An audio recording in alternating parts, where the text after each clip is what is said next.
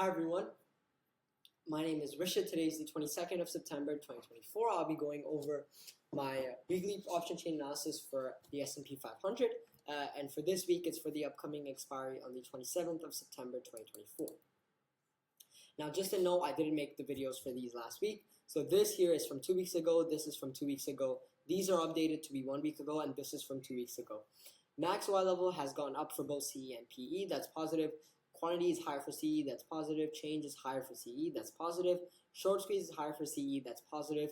PCR is very high, that's negative. Implied and historical volatility are both lower, that's two positives. RSI is higher, that's positive. No divergence, it's negative. ADX is lower, that's negative. ATR is lower, that's positive. Both EMAs are higher, that's positive. VWAP is higher, that's positive. Pivot point is neutral because there's no input from last week.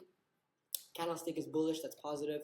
The new support and resistance are 5,750. Previous week's support and resistance were 5,400.